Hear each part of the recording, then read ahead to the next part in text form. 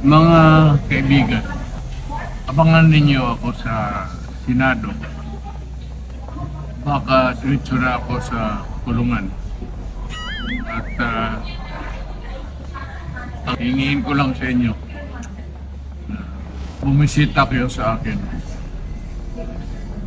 Magdala lang kayo ng chicken sandwich. Yan ang paborito ko. At yun na nga po mga kababayan, no? Tatay Digong Duterte. Mukhang handang-handa na po ah. Chill na chill ah. Diba mga kabayan? Tingnan nyo naman yung kanyang yung kanyang ngiti, di ba? Mukhang maganda yung pakiramdam na ng ating Pangulo mga kababayan, no? Di ba? Mukhang excited na para bukas. Di ba? Kasi alam naman natin mga kabayan, di ba, na si Tatay Digong ay naku po, panigurado may panibagong pasabog yan. Di ba? So, yung mga kontrapartido ng ating Pangulo mga kababayan ay naku po, maghanda-handa na po kayo para bukas. Lalong-lalo na yung ating Pangulong Marcos Jr. mga kababayan. Di ba? Baka magulat lang tayo mga kabayan na may ibubulgar si Tatay Digong ukol sa mga pinaggagawa ng Marcos admin mga kababayan. Diba? Kasi alam natin si Tatay Digong mga kababayan is alam to maglaro kung ano ang politika mga kababayan, di ba? So bukas mga kababayan, abangan natin to. Di ba? Senate hearing. Di ba? Andiyan na po, panigurado, yung ating mahal na Pangulong Tatay Digong Duterte.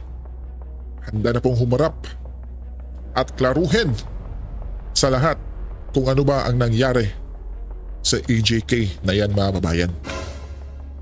Di ba? Samantala, bago mag-hearing bukas, ay alamin muna natin kung sino ba talaga itong anak ni Tatay Digong na walang iba kung hindi si VP Inday Sara Duterte. At bakit ang daming nagmamahal ng mga kababayan natin at slight yung nagagalit, lalong-lalo na yung nasa Kamara Representante o yung tinatawag na Tuwad Committee. Tuwad Committee pala. Ieto, pakinggan natin kabayan kung di mo pa rin alam kung sino ba talaga si Super VP Inday. Narito ang ilan sa mga impormasyon na dapat mong malaman tungkol kay Vice President Sara Duterte. Sara Zimmerman Duterte Carpio, o mas kilala sa tawag na Inday Sara. Ipinanganak siya noong May 31, 1978 sa Davao City. Siya ang pangalawang anak ni Rodrigo Roa Duterte, ang ika-16 na Pangulo ng Republika ng Pilipinas, at Elizabeth Zimmerman Duterte, isang dating flight attendant at guro. Nagtapos siya ng BS Respiratory Therapy sa San Pedro College of Davao, kung saan una niyang balak na kumuha ng kursong may kaugnayan sa medisina. Ngunit kalaunan ay tinahak niya ang pag-aabuga siya sa San Beda College hanggang sa natapos niya ito sa San Sebastian College Recoleto sa Manila at nakapasa sa bar exam noong 2005. Pagkatapos ay nagtrabaho siya ng ilang buwan bilang court attorney sa opisina ni Supreme Court Associate Justice Romeo Callejo Sr. Si Inday Sara ay kasal kay Manasseh Carpio, isang abogado mula sa kilalang pamilya sa Davao. Sa kabila ng kanyang matatag na personalidad sa politika, kilala si Sara bilang masigasig na ina at madalas na nagbabahagi ng mga aspeto ng kanyang buhay pamilya sa social media. Noong December 2006, inamin ng ama ni Sara na si former President Rodrigo Duterte na nung una ay pinipigilan niya ang kanyang membro ng pamilya na huwag pumasok sa magulo at mahirap na mundo ng politika. Ngunit dahil sa kanyang pag-aalala sa mga maaaring tiwaling politiko na papalit at sisira sa kanyang legasiya, ay kinumbinsin niya si Inday Sara na tumakbo bilang kanyang running mate sa eleksyon. Nanalo si Inday bilang Vice Mayor noong 2007 at naging mayor naman noong 2010. Bagamat bago pa man sa politika si Inday Sara ng mga panahong iyon, ipinakita niya ang kanyang mga kakayahan sa pamumuno sa mga miyembro ng konseho ng lungsod. Noong December 2, 2010, hinirang siya ni former President Benigno Aquino III bilang tagapangulo ng Regional Development Council ng Region 11. Siya ang kauna-unahang babae na humawak ng posisyon at ang unang hinirang mula sa sektor ng gobyerno mula nung muling organisahin ang konseho noong 1986. Sa kanyang pag-upo bilang chairperson, umangat ang gross regional domestic product ng Davao Region mula 3.9% noong 2011 hanggang 7.1% noong 2012. Sa ilalim ng pamumuno ni Sara, ang Davao City ay umangat at naging pangunahing lungsod sa Mindanao. Isinulong pa niya ang lungsod bilang destination ng turismo at pamumuhunan na ipinakilala ang tagline na Davao, Life is Here. Sa maikling panahon mula 2011 hanggang 2013, nakatanggap ang Davao City ng 36 na parangal, pagkilala at sertipikasyon para sa mahusay na pamamahala, negosyo, turismo, kalusugan, kapaligiran, pamamahala sa pondo, transparency at iba pa. Taong 2013, nagpahinga si Sara sa politika at noong 2016, muling pumasok si Sara sa lokal na politika at naging alkalde ng lungsod. Isa sa kilalang kontrobersiya na sangkot si Inday Sara ay noong July 1, 2011 nang masuntok niya si Abby Andres, isang sheriff ng Davao City Regional Trial Court dahil sa demolisyon ng mga barong-barong sa Barangay Kapitan Tomas Monteverde Sr., Agdao, Davao City. Hiniling niya sa korte at sa demolition team. Wait muna mga kababayan ha. Dito mo talaga makikita mga kababayan no? Kung anong klaseng vice presidente, dito mo talaga makikita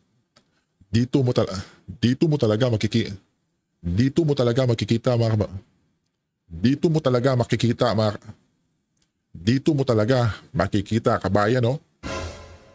Kung anong klaseng tao si BP Inday, di ba?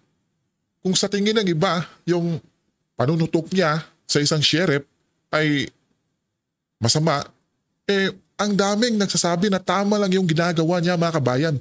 Dahil itong pangyayaring ito mga kababayan is dinimolish yung kabahayan ng mga tao sa Davao mga kababayan. Di ba? Tapos tinawagan nila ang kanilang mayora. Tapos agad namang pumunta si BP Inday at tinawag yung sheriff mga kababayan. Di ba? Dahil hindi man lang nagbigay ng kunting mga babayan na makapagligpit pa yung mga residenteng nandoon. Di ba? Giba diretso mga babayan. So yun, uminit ang ulo ni BP Inday kabayan. Di ba? So sinong politiko na gagawa niyan mga kabayan? Sa harap pa mismo ng kamera, di ba? Di ba? So dito natin makikita kabayan na yung BP natin ay hindi talaga nagpapakitang tao o isang ipolitiko mga bayan, di ba? Kaya maghanda-handa na yung mga ipolitiko natin dyan pagdating ng taong 2028 at itong si BP Inday manalo sa pagka-presidente, ay nako! Na ipagpaliban ang demolisyon, ngunit tinanggihan ni Andres ang kanyang kahilingan at itinuloy ang marahas na demolisyon na nagpasiklab ng kanyang galit. Pagkaraan ng ilang araw ay nagsampa ng reklamo ang Sheriff's Confederation of the Philippines Incorporated laban kay Sara kaugnay sa insidente. At noong June 28, 2012, halos isang taon pagkatapos ng insidente, nag-public apology si Inday Sara kay Andres at sa kanyang pamilya. So meaning mga babayan na inamin din ni BP Sara na yung ginagawa niya ay is mali. Di ba? So, tama lang naman mga kababayan na mag-public apology din si BP Inday. Di ba? So, hindi niya kinain yung kanyang pride mga babayan. Si Sara ay isang adopted member ng Philippine Military Academy, Maharlika Class of 1984 at ng Philippine National Police Academy, Tagapagkalinga Class of 1991. Siya rin ay membro ng Philippine Coast Guard Auxiliary at ng Armed Forces of the Philippines Army Reserve Command. Hawak niya ang ranggong Colonel at kasalukuyang Assistant Brigade Commander ng 222nd Ready Reserve Combined Arms Brigade, Philippine Army. Nakatanggap siya ng ilang medalya, ribbons, badge at citation para sa kanyang trabaho sa Davao bilang suporta sa Armed Forces of the Philippines. ipinakita ni Sara ang walang patid na pagsisikap para sa kapayapaan at pag-unlad ng kanyang administrasyon. Dahil dito nakamit ng Davao City ang mataas na pambansang katayuan na nakatanggap ng 170 na parangal, pagkilala at sertipikasyon mula March 2017 hanggang December 2021. Ang Davao City ay sinama sa listahan ng 2021 Top 10 Richest Cities ng Pilipinas ayon sa Commission on Audit. Sa parehong taon rin, naitalaga ang Davao City bilang ika-4 na most competitive highly urbanized city ng Department of Trade and Industry. Hindi lamang yan, kinilala si Sara dito at sa ibang bansa para sa trabahong ginawa niya bilang local chief executive. Noong 2012, isa siya sa 88 nominado sa prestihiyosong World Mayor Awards at isa sa 2 Filipino mayor nominees. Noong 2021, napili siya bilang top performing mayor ng Pilipinas na may rating na 93% sa pamamagitan ng isang independent at Biruin mo yun mga kababayan. Top performer na mayor sa buong Pilipinas. Di ba? Oh. Yung mga kritiko dyan, yung nagsabing may sayad si BP Inday, na wala na sa sarili si BP Inday mga kabayan. Oh, di ba? Sana mapanood nila ito, no, mga kababayan. at non-commission survey ng RP Mission and Development Foundation Incorporated. Noong 2022 election, nanalo siya bilang Vice President na may mahigit 32 milyon na boto. Siya ang naging kauna-unahang Vice President na nahalal ng nakararami mula noong 1986 election at ang nakakuha ng pinakamalaking bilang ng mga boto mula noong 1969. Hindi lamang yan, nakamit din niya ang pinakamaraming boto para sa alinmang katungkulan sa isang solong panalo na halalan sa kasaysayan ng Pilipinas. Bukod dito, siya rin ang pinakabata at unang naging Vice Presidente mula Mindanao. Ilan nga sa kanya mga nagawa ay ang mga sumusunod. Nagtayo si Duterte ng mga satellite office para sa Office of the Vice President sa Cebu City, Dagupan, Davao City, Tacloban, Tandag at Zamboanga City. Noong October 9, 2022, sa pakikipagtulungan sa DepEd at Department of Health, sinimulan ni Sara ang pagpapalabas ng kalusugan food trucks sa mga piling lugar sa bansa upang tugunan ang malnutrisyon sa mga mag-aaral. Ang mga food truck ay regular na humihinto sa mga paaralan at institusyon na may problema sa malnutrisyon at gutom na mga bata. Sumusunod sa isang 120-day na feeding program menu na inirerekomenda ng National Nutrition Council ng DOH. Sinimulan din niya ang nationwide distribution ng 1 milyong bag na naglalaman ng school supplies at dental kits, pati na rin ang pagtatanim ng 1 milyong puno sa ilalim ng OVP's Pagbabago, A Million Learners and Trees Program, sa pakikipagtulungan sa DepEd at DENR. Ang kampanya ay nagtataguyod ng edukasyon at nagbibigay ng dental hygiene kits sa mga estudyante habang tinuturuan sila ng pangangalaga sa kalikasan sa pamamagitan ng pagtatanim ng puno. Mula July 2022 hanggang October 2023, nakapagbigay ang OVP ni Duterte ng 1.2 bilyon na halaga ng medical assistance sa 106,958 beneficiaries at ang burial assistance program ay nakapagbigay ng 130.3 million sa 22,470 families. Sa parehong panahon, ang libreng sakay program ng opisina ay nagsilbi sa 523,263 na pasahero sa Metro Manila, 89,605 sa Bacolod City, 60,409 sa Davao City at 99,633 sa Cebu City. Ang Disaster Operations Center ng OVP ay nagsagawa ng 162 relief operations at nagbigay ng 69.1 milyon na tulong sa 115,045 families sa panahon ng mga kalamidad at sakuna. Nagpahayag ng pagtutol si VP Sara sa mga pag-uusap ng gobyerno sa Communist Party of the Philippines, New People's Army, National Democratic Front or CPP, NPA, NDF. Matapos pumayag ang administrasyon ni Marcos na ipagpatuloy ang mga pag-uusap ng kapayapaan sa CPP, NPA, NDF, tinawag ni Sara ang mga pag-uusap na Pact with the Devil at nagbabala na hindi tapat ang mga komunista sa pagkakaroon ng kasunduan sa gobyerno. Noong May 11, 2022, inihayag ni Marcos na pumayag si Sara Duterte na sumapi sa kanyang gabinete bilang kalihim ng edukasyon, bagamat nauna siyang nagpahayag ng interes na maging kalihim ng national defense. Ayon sa kanya, pinili niya maging kalihim ng edukasyon upang maiwasan ang mga intriga tungkol sa kanyang katapatan sa administrasyon. National defense pala ang unang gusto ni BP Inday, mga kababayan. Tapos, sa DepEd siya nilagay. Bakit kaya, no? Naku po, mga kababayan. Sobrang bagay na bagay ata si BP Inday, mga kababayan, no? Sa national defense. Di ba? Pero, mga kababayan, ang daming masasagasaan talaga ni BP Inday pag ganon. Lalong-lalo na yung mga grupo ni Franz Castro mga kababayan. O, di ba? Kaya pala mga kababayan ha? Okay. Bilang kalihim ng kagawaran ng edukasyon, pinamunuan ni Duterte ang pagpaplano para sa pagbabalik ng mga pisikal na klase sa lahat ng mga paaralan sa Pilipinas na naantala mula noong 2020 dahil sa COVID-19 pandemic para sa school year 2022 to 2023. Idineklara rin niya na ang school uniforms at pagbabakuna sa mga estudyante ay magiging optional para sa darating na school year. Bago siya umupo sa opisina, pinaburan din niya ang muling pag-reinstate ng Mandatory Reserve Officers Training Corps or ROTC na kalaunan ay nakakuha ng mas maraming suporta mula sa mga mambabatas at opisyal ng gobyerno. Noong November 25, 2022, itinatag niya ang Learner Rights and Protection Office sa ilalim ng DepEd at inilunsad ang Telesafe Contact Center helpline nito upang tugunan ang pang-aabuso at palakasin ang proteksyon sa bata. Upang mapanatili ang focus sa pagkatuto at tiyakin na hindi mabibigatan ang mga guro sa mga bagay na hindi kaugnay sa kanilang trabaho, noong March 2023, pumirma sa Duterte ng isang department order na nagbabawal sa mga guro na sumali sa volunteer work at extracurricular activities habang nasa oras ng klase. Noong May ng parehong taon, sinabi niya na balak niyang isama ang mandatory scouting sa K-12 curriculum para sa mga batang lalaki sa Pilipinas upang maitanim sa kanila ang pagmamahal sa bansa. Noong August 2023 naman, inilunsad ng DepEd sa ilalim ng kanyang pamumuno ang bagong bersyon ng K-12 na tinawag na Matatag Curriculum.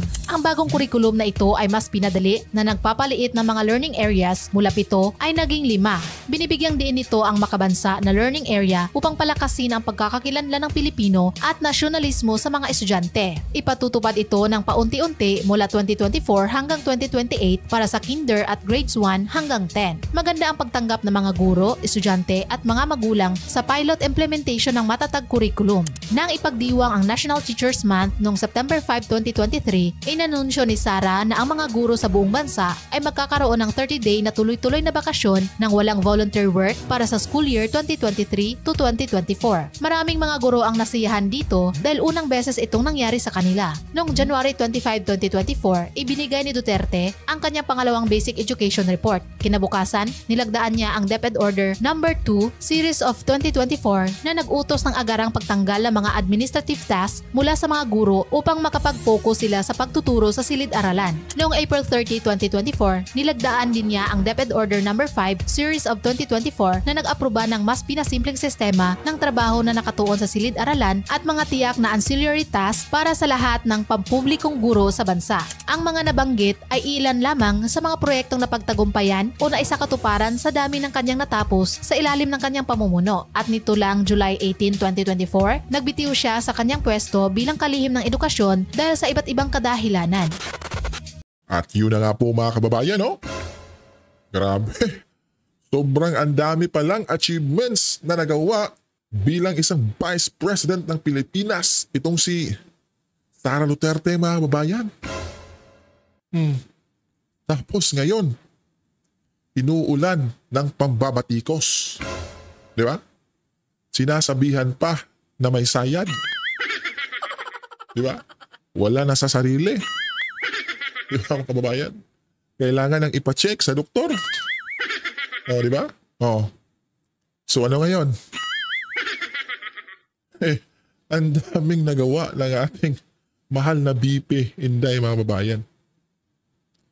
So isang malaking saludo po sa inyo, Madam Vice President. Ikaw kabayan, ano ang mensahe mo sa ating Super BP Inday?